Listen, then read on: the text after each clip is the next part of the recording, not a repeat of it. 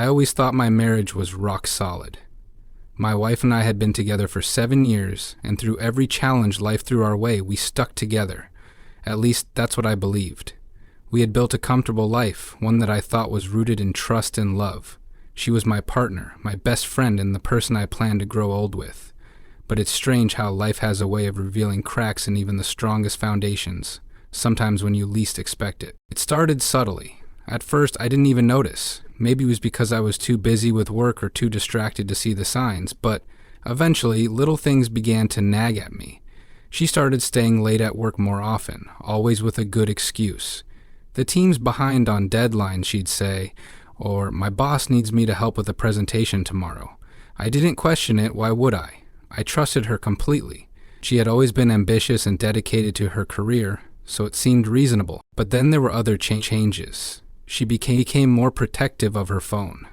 I'd never been the type to invade her privacy or even glance at her messages. But now she kept it with her at all times. It was always face down on the table, and she'd become visibly tense whenever a notification came through. Once, I joked about her being glued to her phone, and she laughed it off. But her body language said something else. It was subtle, but I could sense a shift, like a wall was slowly being built between us. I tried to brush it off as paranoia. Maybe she was just stressed with work, I thought. Maybe I was imagining things. But it's hard to ignore that gut feeling when it keeps gnawing at you no matter how much you try to rationalize it. I started to pay closer attention, looking for anything that might confirm or dismiss my suspicions. It wasn't that I wanted to catch her doing something wrong. I desperately wanted to be wrong. Her behavior around me started to change too. She seemed distant, as if she was physically present but emotionally somewhere else. We used to talk about everything, our dreams, our plans, even the little mundane details of our day, but now our conversations felt hollow. She stopped asking me about my day or sharing hers in the way she used to. When I'd ask if something was bothering her, she'd dismiss it with a quick, "I'm just tired," or "It's nothing." Our intimacy suffered as well. She became less affectionate, pulling away from hugs and kisses. At first, I thought maybe I'd done something to upset her, but when I asked, she always reassured me that everything was fine. But it didn't feel fine. There was a growing distance between us that I couldn't bridge, no matter how hard I tried. One evening, we were sitting on the couch watching TV and her phone buzzed. She glanced at it quickly and put it down, but I noticed the faintest hint of a smile on her lips. It was the kind of smile that used to be reserved for me. My heart sank, but I didn't say anything.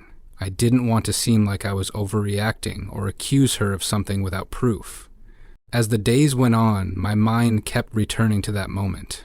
Who was she smiling at? What was she hiding? The more I thought about it, the more convinced I became that something wasn't right. I started to notice patterns I hadn't seen before. How she'd take her phone into the bathroom, how she'd step outside to take certain calls, how she'd suddenly be in a much better mood after checking her messages. One day while she was in the shower, her phone lit up on the nightstand. I wasn't trying to snoop, but the notification caught my eye. It was a text from someone named Alex. It wasn't the name that bothered me, but the content of the message. "Can't stop thinking about last night," it read, with a winking emoji. My stomach turned. I felt like the air had been knocked out of me. I didn't open the message or touch her phone. I just stood there, staring at it, my mind racing. What did it mean? Was I jumping to conclusions, or was this exactly what it looked like? I didn't know what to do. Confronting her immediately felt too rash, but ignoring it wasn't an option either. That night, I barely slept. Every time I closed my eyes, the words from that message flashed in my mind. Can't stop thinking about last night. Was she meeting someone behind my back? Was I just being paranoid? A part of me wanted to confront her right then and there, but another part of me was terrified of what I might find out. The next morning, I decided to test the waters. I casually asked her about her plans for the day and whether she'd be working late. She looked at me with that same calm expression she always had and said she'd be home by 6. Her response seemed normal, but it didn't ease my doubts. If anything, it made me more suspicious. I started paying closer attention to her routines, noticing things I hadn't before. She'd recently started wearing perfume every day, even on weekends when we weren't going anywhere. She also bought new lingerie, something she hadn't done in years. When I complimented her on how she looked, she smiled but quickly changed the subject. My mind was spinning with possibilities, each one worse than the last. I wanted to believe that there was an innocent explanation for all of this, but deep down, I knew better. The changes in her behavior, the text message, the distance between us, it all pointed to one thing. By the time another week passed, I couldn't take it anymore. I felt like I was living with a stranger, someone who looked like my wife but no longer acted like her. My heart ached every time I looked at her, but I couldn't ignore the feeling that something was seriously wrong. I had to know the truth, no matter how much it hurt. That's when I decided to take matters into my own hands. I didn't want to jump to conclusions based on a single text or a series of suspicious behaviors. I needed proof, something concrete that would confirm or dispel my fears once and for all. It wasn't an easy decision, but I felt like I didn't have a choice. When she left for work one morning, I installed a small camera in our bedroom. I told myself it was the only way to get the answers I needed. It felt wrong, like I was violating her privacy, but at the same time, I couldn't ignore the overwhelming feeling that she was keeping something from me. I set up the camera discreetly, making sure it was hidden in a spot where she wouldn't notice. After everything was set, I sat on the edge of the bed, staring at the camera's blinking light. I didn't know what I hoped to find, proof of her innocence or confirmation of my worst fears. Either way, I knew there was no turning back. All I could do now was wait. With the camera set up, my days became a strange mix of dread and anticipation. Every time I left the house, I felt like I was stepping away from the truth, yet every time I returned, I couldn't bring myself to check the footage immediately. The thought of what I might see made my stomach churn. Part of me hoped I'd find nothing, just hours of an empty bedroom confirming that my suspicions were all in my head.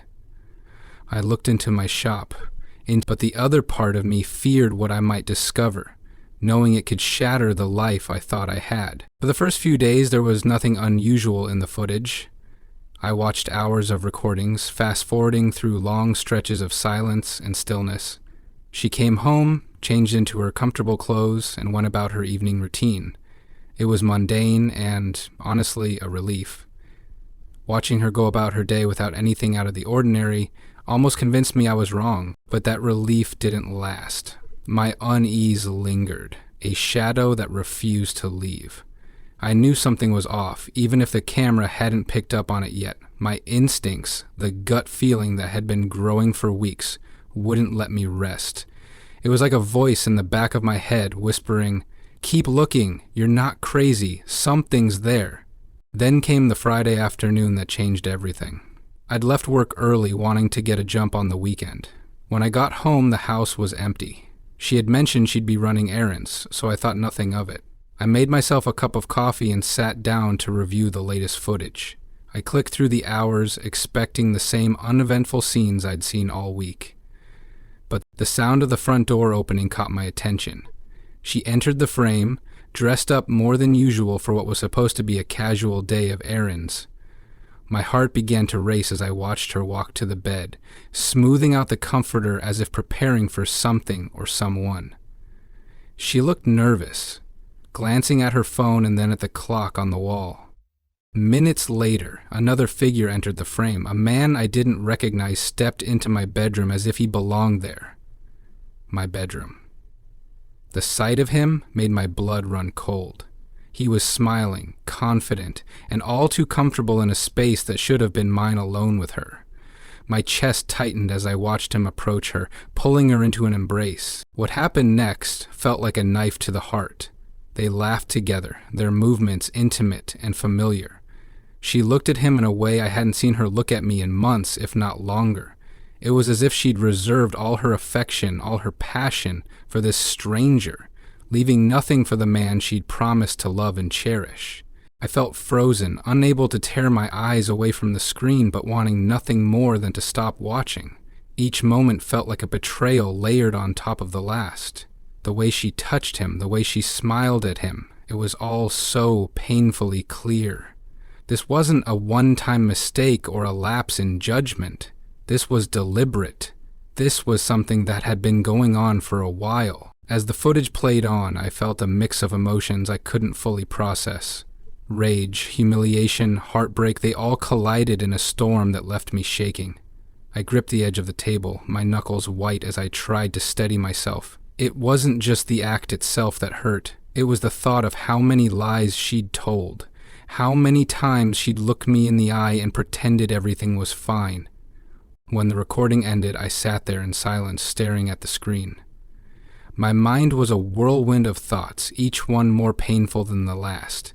How could she do this to me, to us? What had I done to deserve this? I replayed moments from our life together, searching for answers I knew I wouldn't find. I thought about the nights I stayed up waiting for her to come home, the times I reassured her when she seemed stressed, the plans we'd made for the future. All of it felt like a cruel joke now. I didn't know how long I sat there, lost in my thoughts. Time seemed to blur as I grappled with the reality of what I'd just seen. Eventually, I forced myself to close the laptop and step away. The room felt suffocating, filled with memories that now felt tainted. I walked through the house, each familiar space now a painful reminder of the life I thought I had. As I paced, my emotions swung wildly between sorrow and fury. I thought about confronting her, demanding answers, and exposing her lies. But every time I pictured it, I hesitated. What would I even say? What explanation could she possibly give that would make any of this okay? I knew there were no words that could undo the damage. No excuse that would make me feel whole again. I thought about calling a friend or a family member, someone I could confide in. But the idea of sharing this humiliation, of admitting that my wife had been unfaithful, felt unbearable. I wasn't ready to face the judgment, the pitying looks, or the endless questions. This betrayal was mine to process, mine to carry, for now, at least. Eventually, I found myself back in the bedroom, standing in the exact spot where the recording had taken place. The bed, once a symbol of our love and intimacy, now felt like a stage for deceit. I stared at it, my mind replaying the images I'd seen on the screen. The thought of them here, in this space, made my skin crawl. I clenched my fists, trying to steady the storm of emotions swirling inside me. I wanted to scream, to break something, to make the pain stop. But I knew none of that would change what had happened. The damage was done, and there was no going back. That night, I barely spoke to her. I couldn't look her in the eye, couldn't bring myself to pretend everything was normal. She noticed, of course, asking if something was wrong. I lied, telling her I was just tired. The irony wasn't lost on me. Here I was, covering up my pain while she continued to live her double life without a second thought. As I lay in bed that night, staring at the ceiling, I made a decision. I couldn't let this go. I couldn't ignore what I'd seen and pretend everything was fine. I needed to confront her, to expose the truth and face whatever came next. But more than that, I needed to take back control of my life. I wasn't going to let her lies define me or dictate my future. The road ahead was uncertain, but one thing was clear: this betrayal had changed everything. There was no going back to the way things were, no salvaging the trust that had been broken. All I could do now was prepare for the confrontation I knew was inevitable, no matter how painful it would be. The day I decided to confront her felt like the beginning of the end. Every moment leading up to it was weighed down by the knowledge of what I'd seen, of the betrayal I could no longer ignore. I couldn't keep pretending that everything was normal. The act had become unbearable, suffocating me under the weight of my silence. I spent the morning pacing the house, my mind replaying the footage over and over. Her laughter, the way she looked at him, their casual familiarity. It was burned into my memory, and no amount of distraction could make it go away.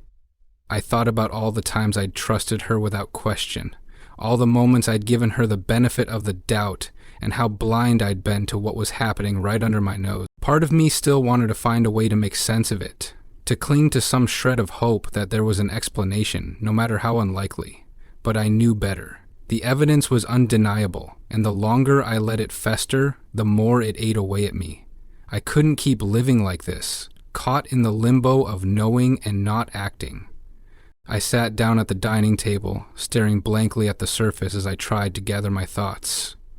Confronting her wouldn't be easy, but I knew it had to happen. I needed answers, closure, and perhaps even the satisfaction of seeing her squirm under the weight of her lies. But more than that, I needed to reclaim my dignity. This betrayal had taken so much from me already, I couldn't let it take my sense of self. As the hours passed, I rehearsed what I might say. I imagined every possible response she could give, from denial to anger to tears. None of it would change the truth, but I wanted to be prepared for whatever came next. I thought about whether I should bring up the footage immediately or let her dig her own grave with excuses. The idea of catching her in another lie filled me with equal parts anger and anticipation. When she came home that evening, I could feel the tension in my body. My muscles coiled tight as I tried to appear calm.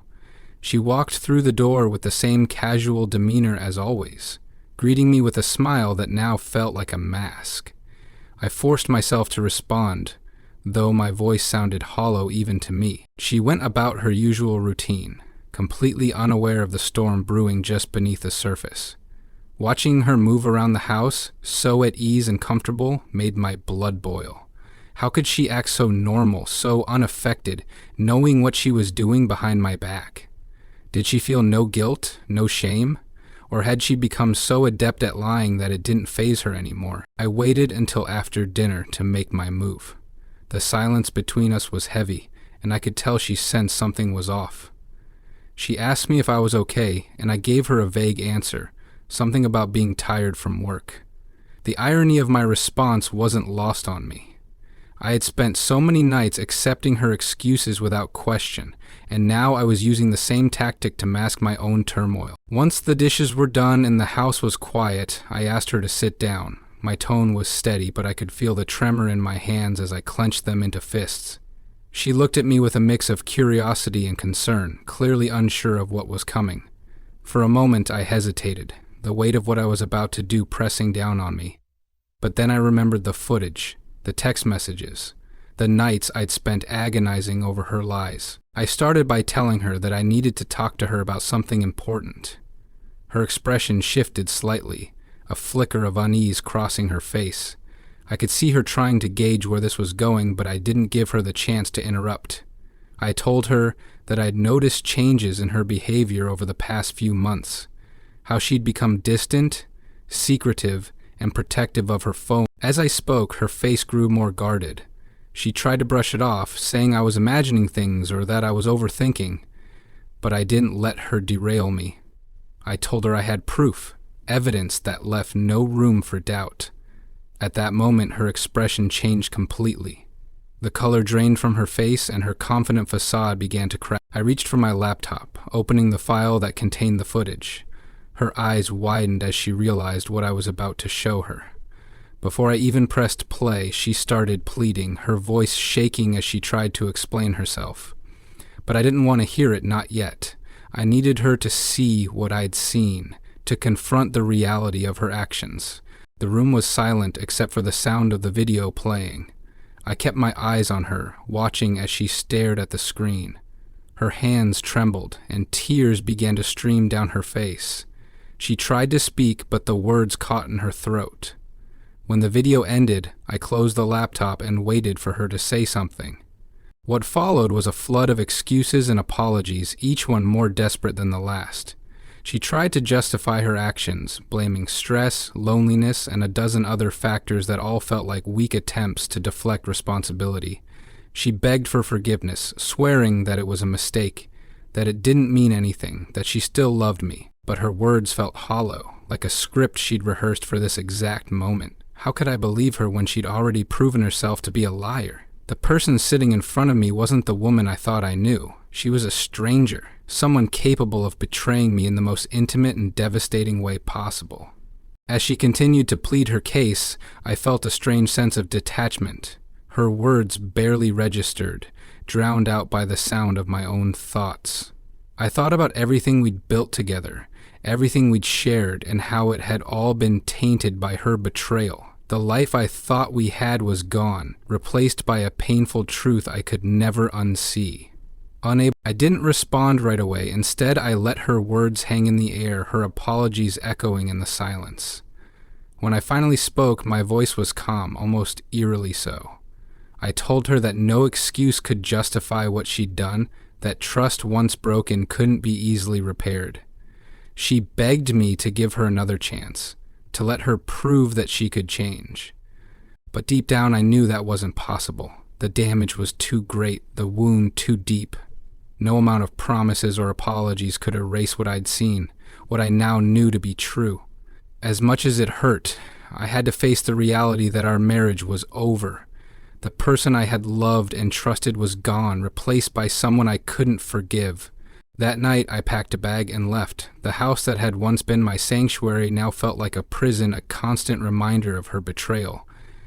As I walked out the door, I felt a mix of emotions: grief for the life I was leaving behind, anger at the person who had destroyed it, and a glimmer of hope for the chance to start over. I didn't know what the future held, but I knew one thing for certain: I deserved better than this. So, my transition process started with finding books.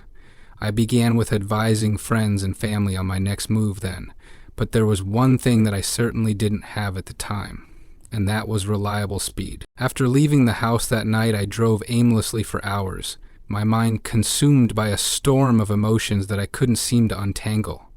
Anger, betrayal, sadness, it all churned within me, fighting for dominance. I didn't have a destination in mind. I just needed to be anywhere but there, away from the suffocating weight of what had just unfolded. The streets were quiet, illuminated by the soft glow of streetlights, and I found some small solace in the emptiness around me.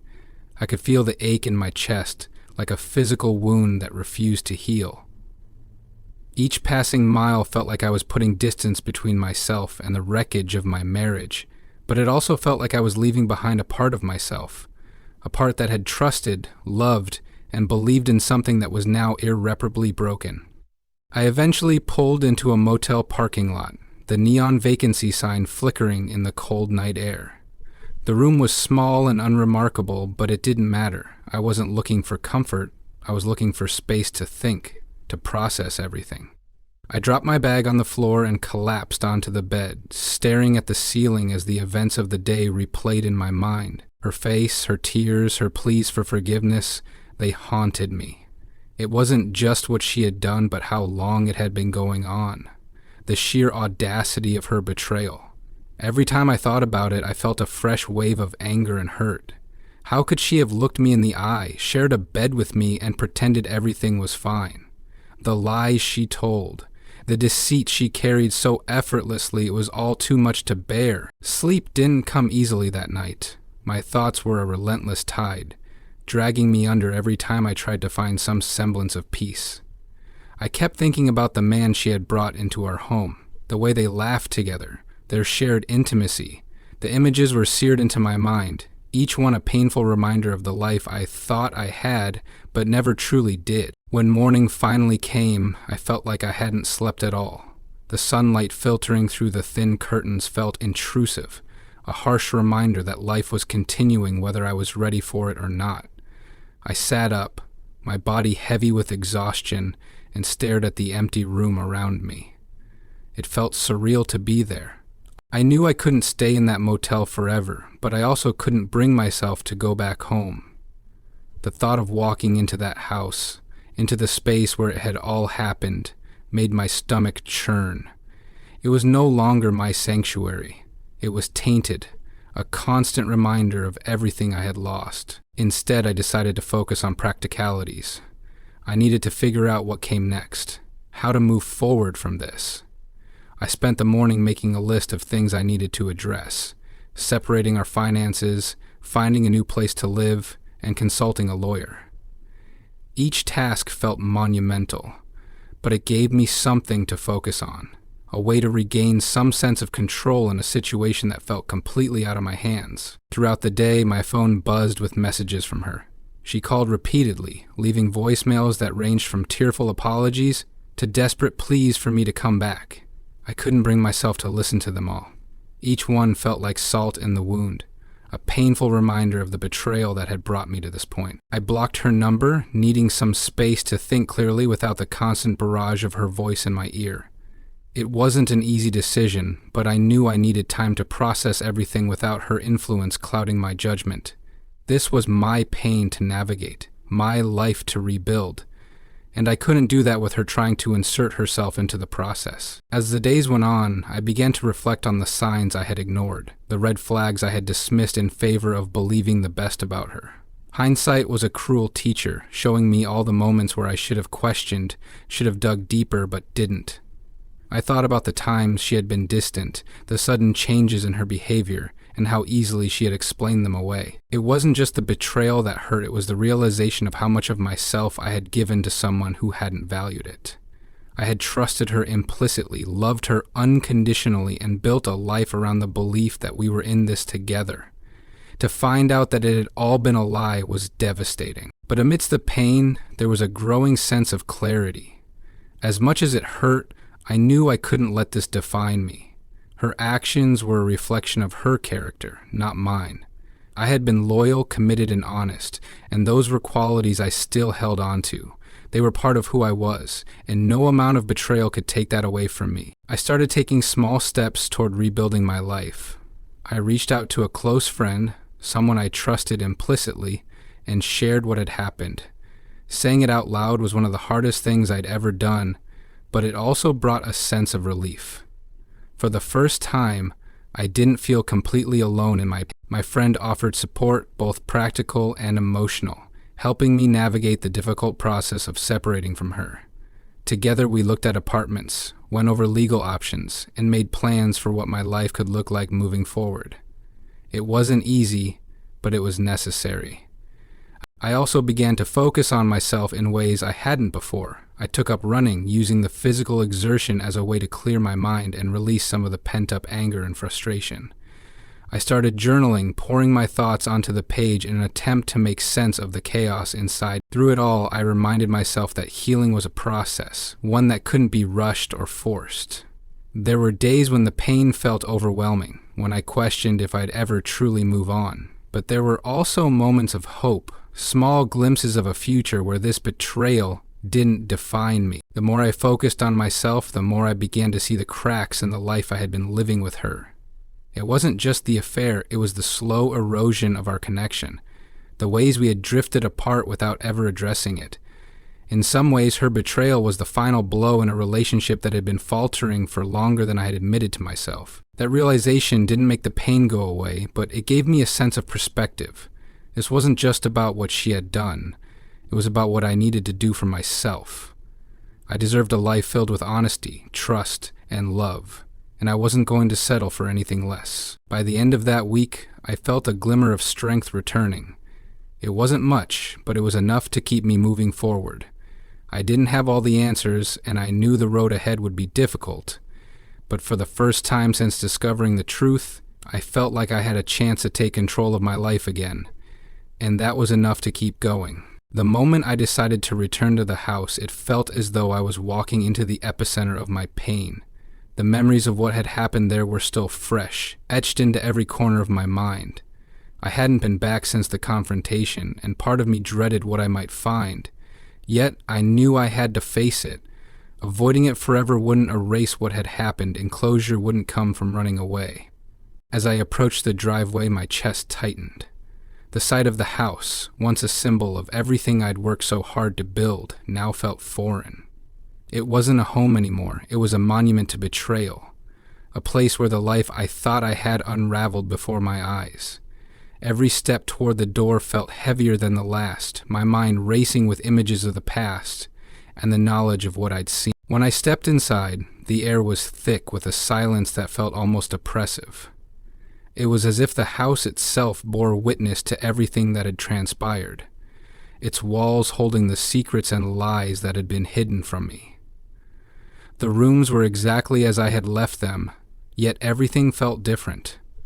The familiarity was tainted, the comfort replaced by a sense of unease. I walked through the house slowly, taking in every detail.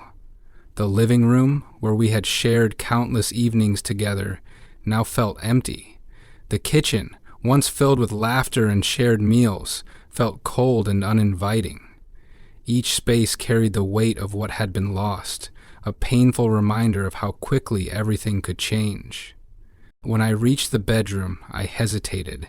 This was the room where I had discovered the truth, the place that had been defiled by her betrayal. My hand hovered over the doorknob, a part of me unwilling to face what lay beyond, but I knew I couldn't avoid it forever. With a deep breath, I pushed the door open and stepped inside. The bed was neatly made, as if nothing had happened, yet the sight of it brought a fresh wave of anger and pain. This was where they had been, where they had shared something that was supposed to be ours alone. The betrayal felt palpable, as if it lingered in the very air of the room. I stood there for a long time, letting the emotions wash over me. Eventually, I began to gather my belongings. I had no intention of staying here any longer than necessary. Each item I packed felt like a piece of my old life, a reminder of the person I had been before everything fell apart. There were photos, keepsakes, and mementos that once held so much meaning but now felt like relics of a life that no longer existed. As I packed, I found myself reflecting on the journey that had brought me to this point. The betrayal, the confrontation, the days spent trying to make sense of it all. It had been a whirlwind of emotions, each one more overwhelming than the last. Yet, amidst the pain, there was a growing sense of clarity. This experience, as devastating as it was, had forced me to confront truths I had long ignored. It had shown me the cracks in my relationship, the ways I had settled for less than I deserved. It had reminded me of my own worth, of the importance of honesty and trust in any partnership.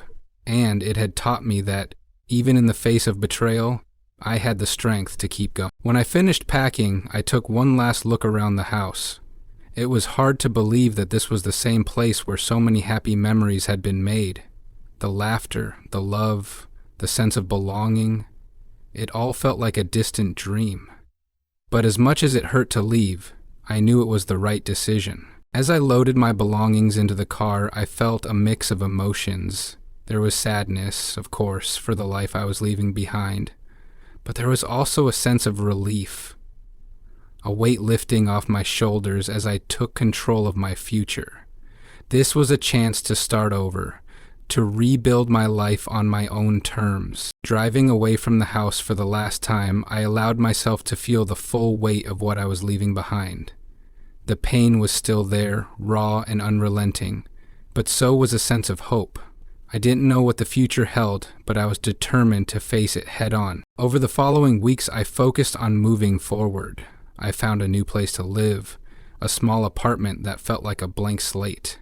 It wasn't much, but it was mine, a space where I could begin to rebuild. I threw myself into setting it up, creating an environment that felt safe, and I also began to reconnect with myself in ways I hadn't in years. I took up hobbies I had abandoned, spent time with friends I had drifted away from, and allowed myself to dream about what my life could look like moving forward. Slowly but surely, I began to feel like myself again. There were still hard days, of course. The pain of betrayal doesn't disappear overnight. There were moments when the memories would resurface unbidden, bringing with them a fresh wave of hurt. But each time, I reminded myself of how far I had come. I wasn't the same person I had been when this all started. I was stronger, wiser, and more resilient. As time went on, I found myself reflecting less on what had been lost and more on what I had gained. The experience, as painful as it was, had taught me valuable lessons about love, trust, and the importance of standing up for myself.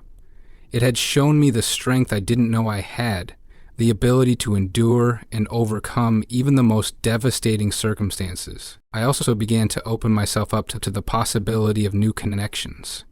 At first, the idea of trust someone again felt impossible. But as I healed, I realized that not everyone was like her. There were people out there who valued honesty and loyalty. People who would see and appreciate me for who I was. Moving forward wasn't easy, but it was worth it. Each step I took brought me closer to the life I wanted, a life free from the shadows of betrayal. I wasn't defined by what had happened to me.